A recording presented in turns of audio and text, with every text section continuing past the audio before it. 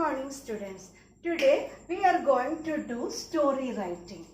When you are writing a story, there are some don'ts and do's which are needed in your story. So let us see what are the don'ts first in story writing. First, there should not be any supernatural characters. Do not use supernatural characters or unnatural characters like vampires, zombie, etc.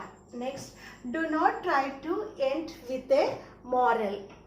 No need of telling directly that this is the moral of the story. Instead, it should be communicated indirectly. No need to tell it separately. And next, do not make it too long.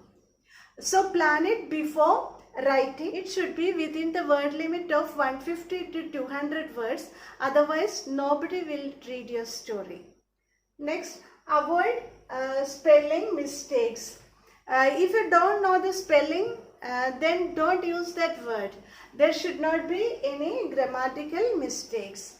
And now let us see the things which you should keep in mind while writing a story. Mostly what we do start writing a story as the story develop in our head. And this is not the right way because you often don't complete all these elements of the story. The story can be divided into 5 parts, and if you lose out one of the elements, one of the parts, then your story becomes very difficult to read. And your teacher will tell you, you are repeating the same thing, or your story begins somewhere and ends somewhere, or you are flying in a jet plane, or you are too slow like a snail. To avoid all these things, you must always quickly plan a story. So let us find what are the elements of a story. So elements of a story are, let us see, look at this, settings, characters, problem, plot, solution. These are the 5 parts of the story, and you have to do all these parts in your story. And where would you start planning? This is very much important. Okay, very often I have seen in written stories, you have started with the settings, starting with beautiful nature, the river, the forest, the sun, but you have a word limit of 200 words and you have used 70 words for setting.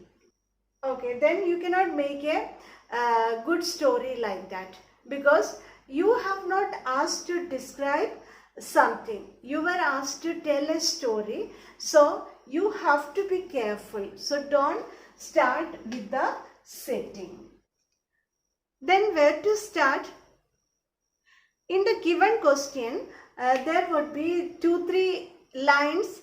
Yes, this you can use to make a story. Let us always start with the problem. First, problem. Okay, then you can be wrong. And you suppose you were asked to write an adventurous story, and you start with the problem that a tiger chasing you, you have fallen from a mountain and sprained your ankle and you can't walk anymore, and there is a storm coming. All these are problems. The problem is always taken care of, and the prince has refused to speak. So there is a problem. The prince or princess can't speak or eat. Okay. And now, yes, the boy was kidnapped.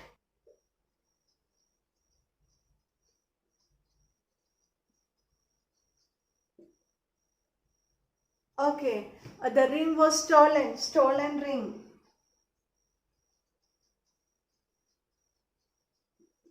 See, all these are problems, and so you decide what is the problem and your work is done.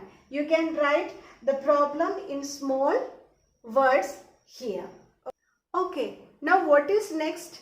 The second one is setting.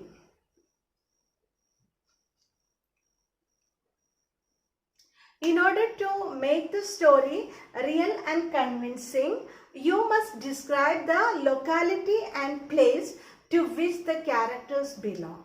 So, in Kidnapped Boy's story, where did they kidnap the boy? Did he kidnap from a school or from his house or from the mall? So, right there.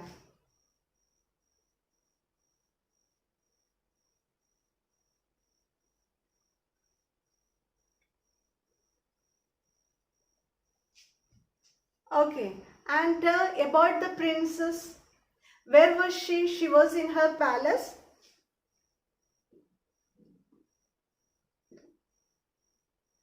What about the ring? Did they steal it from the temple?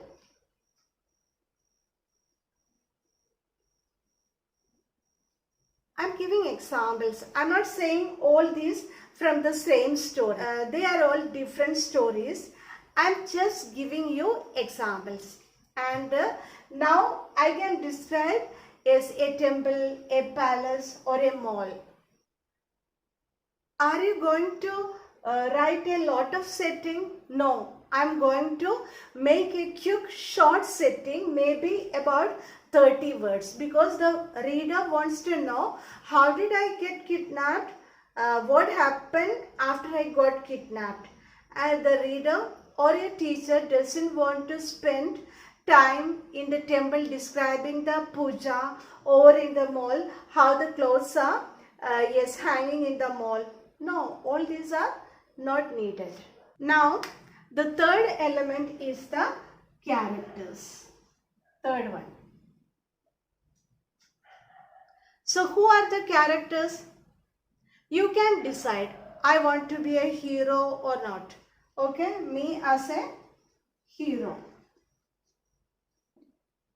Or you can take other heroes. Who can be the hero? It depends upon the story. And it can be a princess, a pretty girl or a normal girl. You have to decide. Then somebody is going to come against you. Okay. And this can be the villain. So, is there any villain in the story? Okay. Or somebody is going to support you. Or I am going to become a pujari or is a monster. So all this means characters you have to decide. And so after deciding all these characters, you will go to the plot. So now the fourth one is the plot. Now, how did this happen? Then you are going to answer the events or the actions. How was the boy kidnapped? So, how? Then you can write why also. Why is the boy kidnapped? And how or after how or why, yes, you need to know what happened. So, how, why, or what happened with the boy. Okay, and why did they take the boy? Okay, there are list of things happen. Why? Okay, that can be yes, list of things 1, 2, 3 like that. And yes, the princess won't eat. Why did the king do? Maybe he called all the princes and insists them that is whoever makes her eat is going to get half of his kingdom. Maybe 2 or 3 came. Okay, so first there is a reward. Like that you can write the events. Okay, and okay, maybe 2 or 3 came and tried different things, and that's the action there. All these actions you can write. Okay, and so these actions or events must come in your plots. Write them down in very simple words here. After this, there should be a rising action. Like that, rising action should be there. What will be the rising action? Okay, if it is of the kidnapped boy, then there should be a point where the boy is almost going to be killed. So let us make a scene that he escapes from the kidnapper. So he is hiding behind the sacks of grain in the godown and he feels like sneezing. If so, what is going to be happen?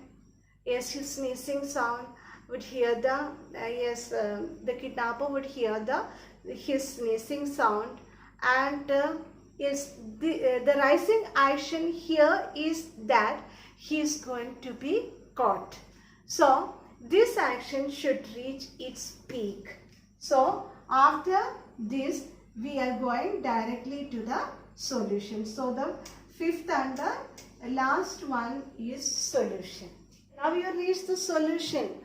How did he escape? Okay, first you look at the problem, then then the setting, then the characters, then the plot, and now finally you reach the solution. This is how you make your story. Now you have to see there should be a title.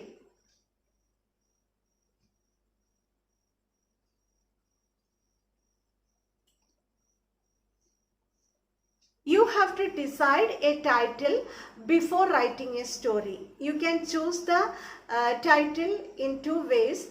When you read the question, you decide there itself that okay, this can be the title. Or while planning a story or after planning the story, you can decide the title. The title carries 1 mark. You write the story in paragraphs. It will look neat and clean. 4 marks will be there for the plots and how the sequence of events or the characters it is properly defined or not, all like this way. Okay, and 3 marks will be there for the proper words. There should not be any grammatical mistake. There should not be any spelling mistake, and you can include some conversation in between. So in 8th standard, total 8 marks are there for storytelling, story writing. Okay. The tone of your narration should be to get along with the theme of the story.